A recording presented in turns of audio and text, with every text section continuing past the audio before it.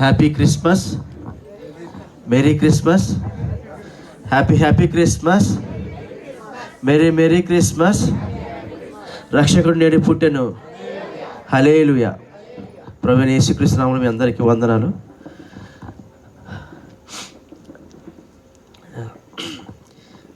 ఈ క్రిస్మస్ పర్వదినాన మీ అందరినీ కలుసుకోవడం చాలా సంతోషకరంగా ఉంది.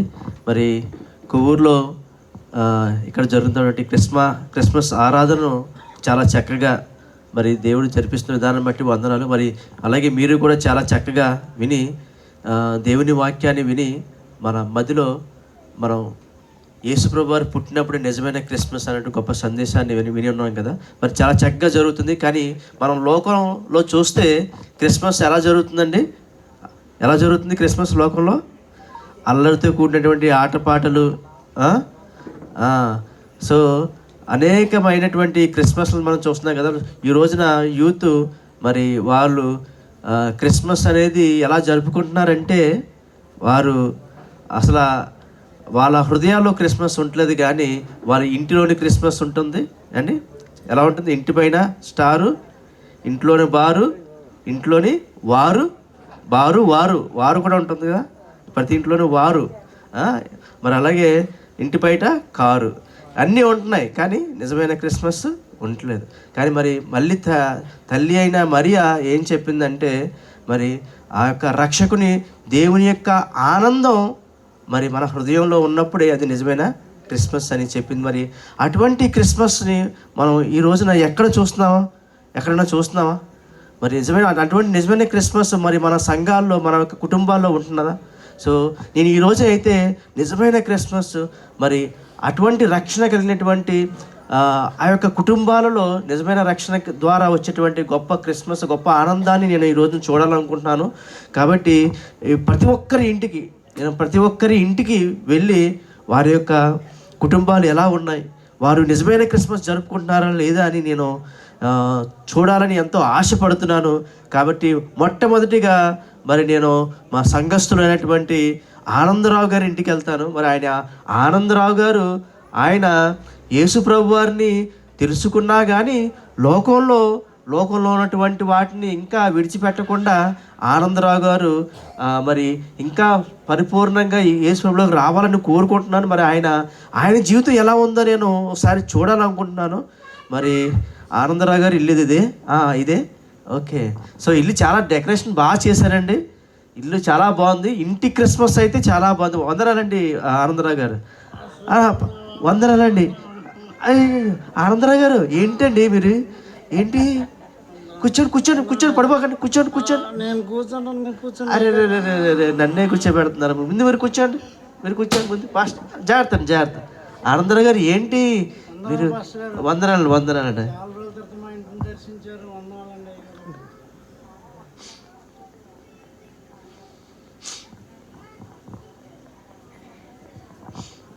చాలా రోజులకు మా ఇంటికి దర్శించారు. వందనాలు పాస్టర్ గారు. వందనాలండి. మరి ఏంటండి ఆనందరావు గారు, మీరు ఇలాగా మీ ఇల్లు చూస్తే చాలా చక్కగా డెకరేట్ చేశారు. మీ ఇంట్లో ఆనందం కనబడుతుందేమో అని అనుకున్నాను, కానీ మీరు ఇలా ఉండడం చాలా బాధగా ఉంది. ఎందుకు తాగారా పాస్టర్ గారు? ఇప్పుడు క్రిస్మస్ ఆరాధన, క్రిస్మస్ అంటే పండగ. అవునండి. మరి ఆ రక్షకుడు, మహారక్షకుడు అలా కదా గారు, మీరు ఎప్పుడు చెప్తారు కదా, నేను చెప్పింది ఏనండి. చెప్పండి. ఇప్పుడు క్రిస్మస్ అంటే పండగ. ఓకే. పండగ అంటే యేసుబాబు పుట్టారు. అవునండి. యేసుబాబు పుట్టారంటే పండగ అన్నప్పుడు ముఖ్యంగా 3 ఉండాలండి. ఒకటి అందులో మొట్టమొదటిది మందండి. అయ్యో. రెండోది ఏంటంటే మీకు తెలుసా? చెప్పండి. రెండోది విందు ఉండాలండి. అయ్యో బాబోయ్. మూడోది మాత్రం కూర్చోండి చిందు ఉండాలండి. పండగ అండి. ఆనందరావు గారు, క్రిస్మస్ అంటే అది కాదండి, మందు విందు చిందు కాదు. మీ ఇల్లుని డెకరేట్ చేస్తున్నారు. ఇది ఇంటి క్రిస్మస్కి మాత్రమే కాదు, మన హృదయంలో యేసు ప్రభువు వారు ఉంటారండి. మీరు ఎప్పుడో 2025 సంవత్సరాల క్రితం మాట చెప్తారండి. ఈ రోజుల్లో నేను 50 ఏళ్ళ నుంచి ఎన్ని పండుగలు చూడట్లేదండి. ఈ 3 లేకుండా ఏ పండుగ ఉందని చూడండి. అయ్యో ప్రభువా. అందుకే మీరు ఇందులో నాకు నా పేరులో ఆనందం ఉంది, ఈ మందులో ఆనందం ఉంది. కాబట్టి అయ్యగారు అయ్యో అది పండగ మీకు కూడా విందు చేపిస్తా ఉండాలి. అయ్యో లేదండి, మీరు నా మాట వినే పరిస్థితుల్లో లేరు. ఒక చిన్న ప్రార్థన చేసి మరి యొక్క దేవుడే మిమ్మల్ని మార్చాలని కోరుకుంటున్నానండి. చిన్న ప్రార్థన చేస్తాను, కళ్ళు మూసుకుంటారా? యేసయ్యా, మా ప్రియ పరలోకపు తండ్రి, ఇదిగో ఆనందరావు గారిని మార్చండి ఆయన. మరి ఇదిగో తండ్రి, ఆయన ఇంటిని తండ్రి, ఆయన ఒంటిని గుల్ల చేసుకుంటున్నారు నాయన తండ్రి. ఈయనే మార్చి తండ్రి మీ యొక్క రక్షణ భాగ్యాన్ని, నిజమైనటువంటి ఆనందానికి దయచేయమని యేసుక్రీస్తు నామమున అడిగి వేడుకున్నామా పరమ తండ్రి, ఆమేన్. వందనాలండి, వందనాలు. అయ్యో ఏంటి ఆనందరావు గారు ఆయన ఇలాంటి పరిస్థితులు చూస్తారని అస్సలు అనుకోలేదండి బాబు. ఏంటో ఆయన ప్రతి పండగను జరుపుకున్నట్టుగా ఈ పండగను కూడా ఎలా జరుపుకుంటున్నారంటే మరి ఇంకా ఆయనలో మార్పు రాలేదు. ఆయనలో ఇంకా యేసుప్రభువు వారు పుట్టలేదు. క్రిస్మస్ అంటే పండగ నిజమే పండగ. అది మన ఇంటికే కాదు, మన హృదయంలో యేసుప్రభువు వారు పుట్టినప్పుడు మన యొక్క నడవడిక మార్చుకున్నప్పుడే మన నడక, మన యొక్క మాట, మన యొక్క ప్రతిదీ కూడా మార్చుకుని మనకు యేసుప్రభువు వారు చూపించినటువంటి రక్షణ మార్గంలో జీవించడమే మరి అదే నిజమైన మార్పు. మరి అటువంటి మార్పు ఈయన మరి ఇలాగ చూడడం చాలా బాధాకరం. సరే, ఏదేమైనా కానీ మరొక కుటుంబాన్ని నేను దర్శిస్తాను. మరి ఉల్లాసరావు గారు ఆయన అయితే క్రైస్తవుడు. ఆయన పుట్టినప్పటి నుంచి కూడా చక్కగా సండే స్కూల్కి వచ్చేవారు. చక్కగా మరి ఆయన దేవుని యందు మంచిగా బలపడి ఆయన మంచి ఒక ఉన్నతమైన స్థానంలో ఆయన ఉంచారు. కాబట్టి దేవుడు అటువంటి భాగ్యాన్ని అనుగ్రహించినటువంటి విధానాన్ని బట్టి ఆయన ఈ క్రిస్మస్ ఎలా జరుపుకుంటున్నారో చూడాలి. హలో ఉల్లాసరావు గారు, వందనాలండి. బాగున్నారా? ఓకే, పర్లేదు, మీరు కూర్చోండి. బాగుందండి, మీ ఇంటిని కూడా చక్కగా డెకరేట్ చేశారు. ఇంట్లో మంచి గుమగుమలో ఏదో వండుతున్నట్టున్నారు. అవునండి అయ్యగారు. మరి మాకేమీ లేవా? అన్ని చాలా ఉన్నాయండి. అది సరదాగా అడిగారండి. మీరు చూపు తాగండి. నేను తాగుతాను. మీతో మాట్లాడదాను. 5 నిమిషాలు కూర్చోండి. మీరు కబాబులు బుక్ చేస్తాను. 5 నిమిషాలు కూర్చోండి. ఆంధ్రరావు గారు, నేను ఏదో సరదాగా అన్నానండి. కూర్చోండి. లేదు, మీరు మీకు ఆగండి. జాయింట్లు తెప్పిస్తాను. ఒక 5 నిమిషాలు ఒక జాయింట్లు తెప్పిస్తాను మీకోసం. సరే అండి. మరి క్రిస్మస్ మరి మీరు ఎలా జరుపుకుంటున్నారో మరి చూడడానికి వచ్చానండి. ఫుల్ అండి. ఇంట్లో బిర్యానీ ఉందండి, జాయింట్ బిర్యానీ చేయించాం. ఓకే, కబాబులు ఇంకా సరిపోక ఆర్డర్ పెట్టామండి. శ్రీకన్య నుంచి వస్తుందండి. మీరు ఫోన్ చేయకుండా వెళ్ళకూడదండి. అసలు మాట్లాడితే తిండి చెప్తున్నారేంటండి బాబు మీరు. ఇంకా ఎంతకన్నా క్రిస్మస్ అంటే ఇంకేమి లేదా? పండగ అంటే ఏంటండి? వండుకోవడం, తినడం, అయ్యో ఆనందించడం, ఇంకేముంటుందండి పండగ అంటే. ఆనందరావు గారి ఇంటికి వెళ్ళారండి. ఆయన ఇంటి క్రిస్మస్ తప్పితే అసలు క్రిస్మస్ లేదు. మీ ఇంటికి వస్తే ఇక్కడ పంటి క్రిస్మస్ తప్పితే మరి నిజంగా మరి మీ హృదయంలో క్రిస్మస్ నాకు కనబట్టలేదు నిజంగా. లేదయ్య గారు, పండక్కి మరి వంటలు ఉంటాయి కదండి. మెయిన్ వంటలే కదా పండగ అంటే. సరే అండి, వంటలు లేకపోతే అలాగా బంధువులు అందరూ వచ్చారు. మరి వాళ్ళందరికీ మరి జాయింట్లతో వండించాం బిర్యానీ. సరే అండి, మరి మీకు భౌతిక ఆహారం తింటున్నారు, ఆధ్యాత్మిక ఆహారం తింటున్నారు, బైబిల్ చదువుతున్నారు రోజు. ఎప్పుడు తిన్నదే కదా అయ్యారు, అది ఎప్పుడు తిన్నదే. ఆధ్యాత్మిక ఆహారం పండగ ఒకసారి తింటాం మనం. ఆధ్యాత్మిక ఆహారం అంటే బైబిల్ చదవడం అండి. చర్చికి రాను, చర్చికి కూడా సరిగా రావట్లేదు. సరే, క్రిస్మస్ ఎలా జరుపుకుంటున్నారు? సరే, మీరు చాలా పుట్టి క్రైస్తవులు కాబట్టి చక్కగా అయ్యగారికి చూపితే మళ్ళీ సరే అండి. సరే, నేనైతే ఒక చిన్న ప్రార్థన చేసి వెళ్తాను. కూర్చోండి. తినకుండా మాత్రం వెళ్ళొద్దండి. పర్లేదు. మిమ్మల్ని చూడగానే నాకు కడుపు నిండిపోయింది. మీరు కూర్చోండి. చిన్న ప్రార్థన చేస్తాను. యేసయ్యా, మరి ఇదిగో తండ్రి, మరి ఉల్లాసరావు గారు ఆయన యొక్క ఆధ్యాత్మిక ఉల్లాసంగా ఉంటారనుకున్నాం, కానీ ఇలా భౌతికంగా తండ్రి మరి ఈ యొక్క ఎంతసేపు తిండితో మరి ఇటువంటి జీవితాన్ని కాకుండా తండ్రి మంచి ఆధ్యాత్మిక ఆహారాన్ని వీరి కుటుంబానికి దయచేసి మరి నిజమైన క్రిస్మస్ ఒక ఆనందాన్ని నింపమని యేసుక్రీస్తు నామమున అడిగి వేడుకున్నాం తండ్రి, ఆమేన్. ఓకే అండి, ఉంటారండి. మళ్ళీ కలుస్తాను. పర్లేదండి, మళ్ళీ తర్వాత తింటాను. తర్వాత అయ్యే బాబాయ్, ఏంటి చర్చిలో ప్రతి ఒక్కరూ కూడా ఎలా ఉన్నారేంటి? క్రిస్మస్ యొక్క ఆనందం, నిజమైన ఆనందం చూద్దామంటే ఒక్క కుటుంబంలోనూ కూడా నిజమైన ఆనందం లేదు, నిజమైన క్రిస్మస్ లేదు. ఒకరేమో ఇంటి క్రిస్మస్, ఒకరేమో పంటి క్రిస్మస్. మరి ఏంటో అసలు మరి నేను చాలా బాధగా ఉంది.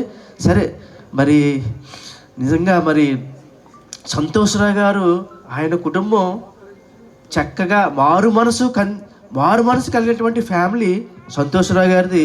కాబట్టి సంతోష్రావు గారి యొక్క కుటుంబాన్ని కూడా నేను ఒక దర్శించి మరి ఆయన ఎలా ఉన్నారో, మరి ఈ యొక్క ఉల్లాసరావు గారు, మరి ఈ యొక్క సంతోష్రావు గారు ఆ మారినట్టుగా కాకుండా మరి ఆనందరావు గారు నిజమైన ఆనందం ఉందో లేదో చూస్తాను. ఆనందరావు గారు వందనాలండి. సంతోష్రావు గారు వందనాలండి. వందనాలండి పాస్టర్ గారు. బాగున్నారా సంతోష్రావు గారు? బాగున్నామండి. మిమ్మల్ని చూస్తుంటే ప్రేయర్ చేసుకున్నాను, డిస్టర్బ్ చేసినట్టున్నాను. ఈ రోజు క్రిస్మస్ కదండి. అవునండి, పిల్లలందరూ తయారవుతున్నారు, ఈ లోపల ప్రేయర్ చేసుకుని చాలా ఆనందంగా ఉందండి. మీరు చక్కగా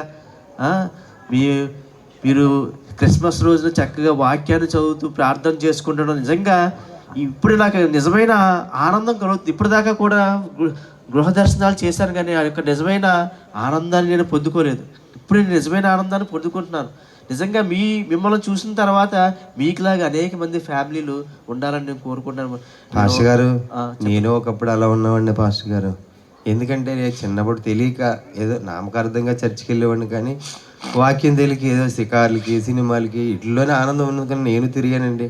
అదే ఒకప్పుడు మరి ఒక సంఘానికి వెళ్ళి పాస్టర్ గారు ప్రార్థన వల్ల, ఆ వాక్యాన్ని వినడం వల్ల నాకు గ్రహింపు కలిగి నేను చర్చికి వెళ్ళి ప్రార్థనలో బలపడి ఇలా రక్షణ వాగ్దానం పొందినప్పుడు నా ఇంట్లో ఎంత ఆనందం ఉందో, ఇప్పుడు నిజమైన ఆనందం ఎంత ఆనందంగా ఉందంటే, నా బిడ్డలు కూడా నేను ప్రార్థన చేసుకున్నట్లుగా నా బిడ్డలు కూడా ప్రార్థనలో బలపడి, నా బిడ్డలు భార్య కలిపి అందరూ మరి ఇలా చర్చికి గ్రేస్ దగ్గరికి ఫిలిప్స్ చర్చికి వెళ్ళి క్రిస్మస్లో మరి ఆనందించగలిగే ఆనందం దేవుడు నాకు ఇచ్చాడు. చాలా సంతోషం అండి.